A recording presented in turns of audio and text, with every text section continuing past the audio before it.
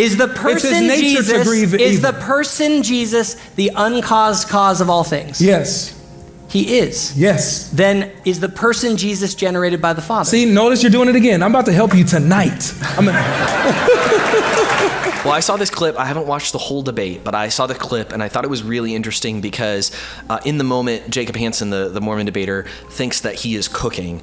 And in the comments of the Christian clip that I saw from this, they thought that Avery, God Logic, was cooking. And I think that neither of them really knew what was going on. So I think we need to provide a little bit of clarity about what they're talking about here. Interesting. Well, that's a good hook. Can we make God suffer? Can we make God suffer? Yeah.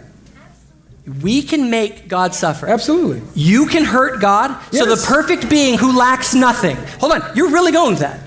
For example, God is God is actually hurt by us. For example, in Isaiah chapter 63, it says that the people of Israel rebelled against him and grieved his Holy Spirit. Does grieve equal hurt?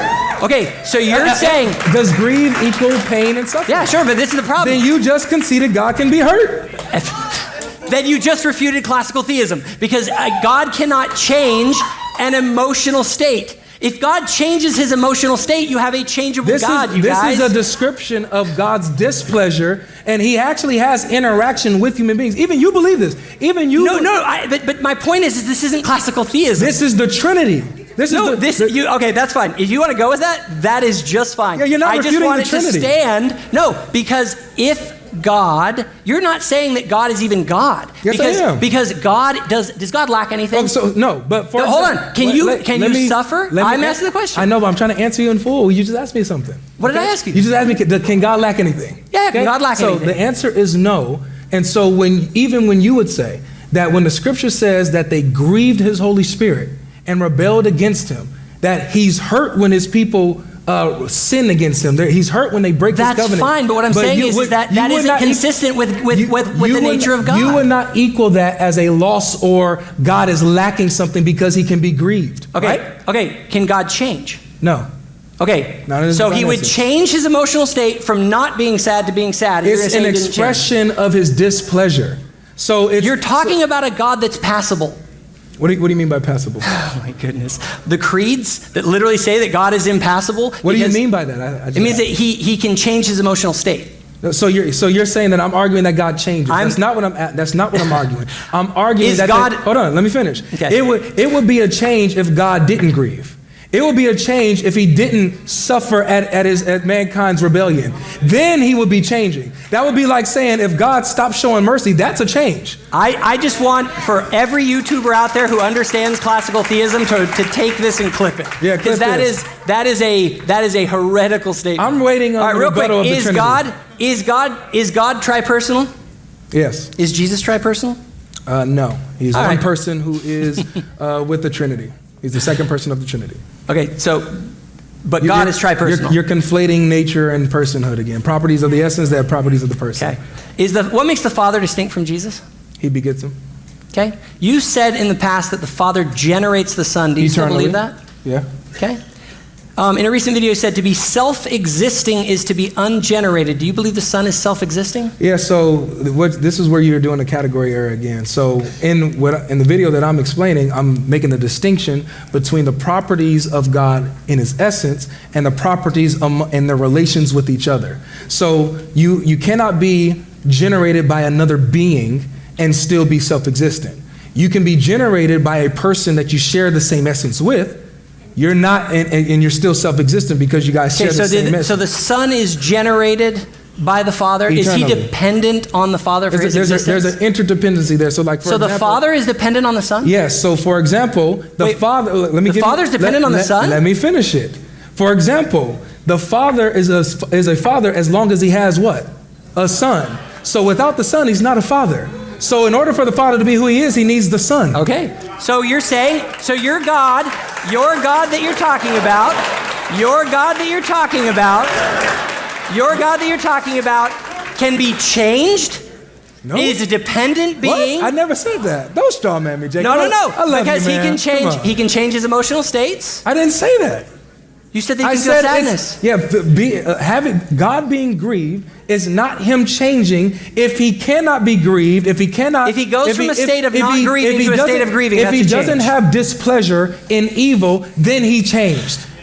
Is the person Jesus the uncaused cause of all things? Yes. He is. Yes. Then is the person Jesus generated by the Father? See, notice you're doing it again. I'm about to help you tonight. No. Is the Son generated or not? I'm telling you, okay? This is what you're doing. And this is what, usually people, you know who people I deal with, the Mu'minun, the Muslims. But Jacob, you're better than them, okay? This is the category. They do this all the time.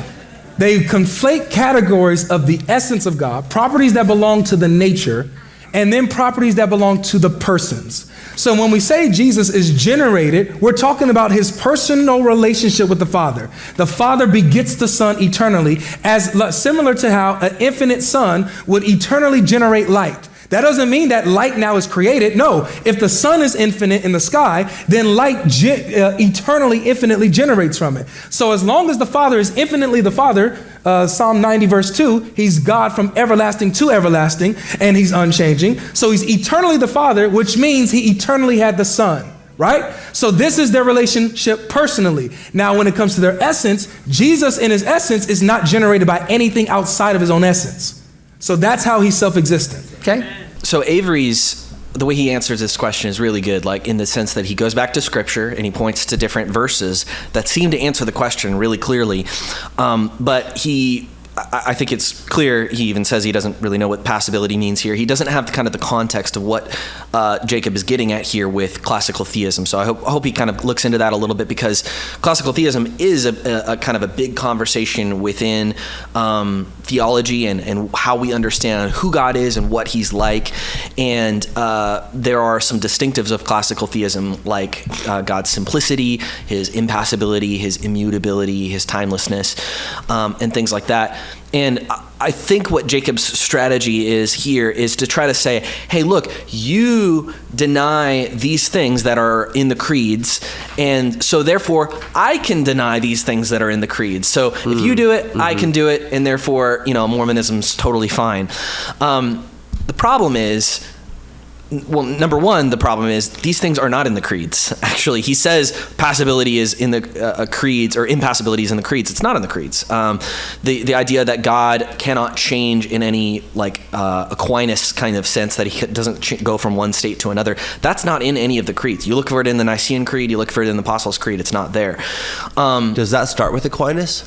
It doesn't necessarily start with Aquinas, but it is maybe most clearly articulated in Aquinas. Interesting.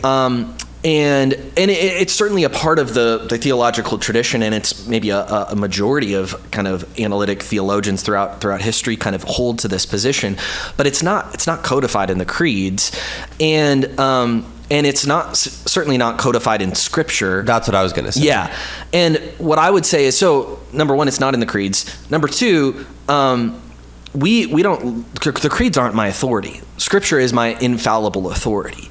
It is the sole infallible rule for the church. And so the creeds are helpful. They do point out what the early church believed, and I would only disagree with the creeds with fear and trembling, but my ultimate authority is Scripture. And so I think what Jacob's trying to do here is to say, oh, you disagree with the creeds, therefore I can disagree with the creeds.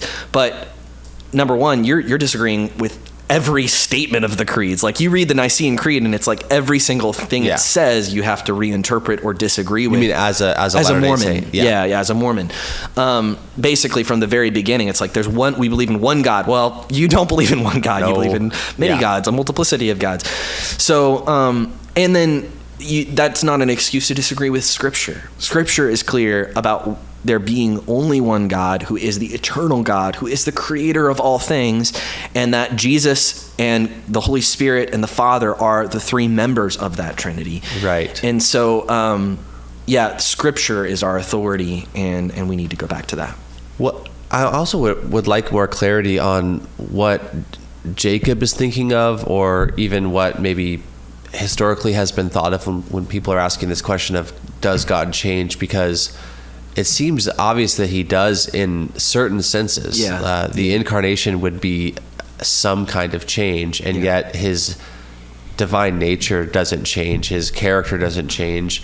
Are you aware of like what type of lines we would draw to say like God does and can change in these ways but not in these ways? Because to me it seems pretty obvious that he does. Yeah. So I'm not an expert in this area, but in my studies, we learned about either classical theism or neoclassical theism. So classical theism would make strong stand on that to say God doesn't, he is outside of time, so he's timeless, and he creates everything in one timeless moment. So all of his actions are actually identical to each other. All of his attributes are identical to each other.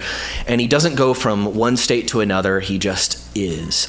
And neoclassical theists would go, no, actually, look, Scripture seems to say, like, God becomes the creator of the world. He becomes the father of Abraham. He becomes the father of Isaac. He is grieved when we sin. The Holy Spirit is grieved when we sin. He regrets. He experiences regret at having made mankind.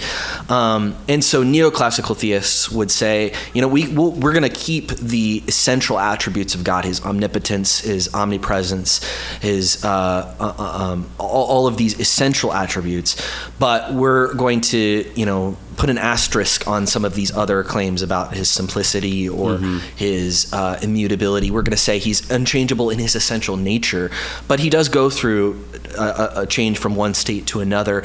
And there are many Christians who throughout history have held to that, and it doesn't make you not a Christian to hold to those things. Right.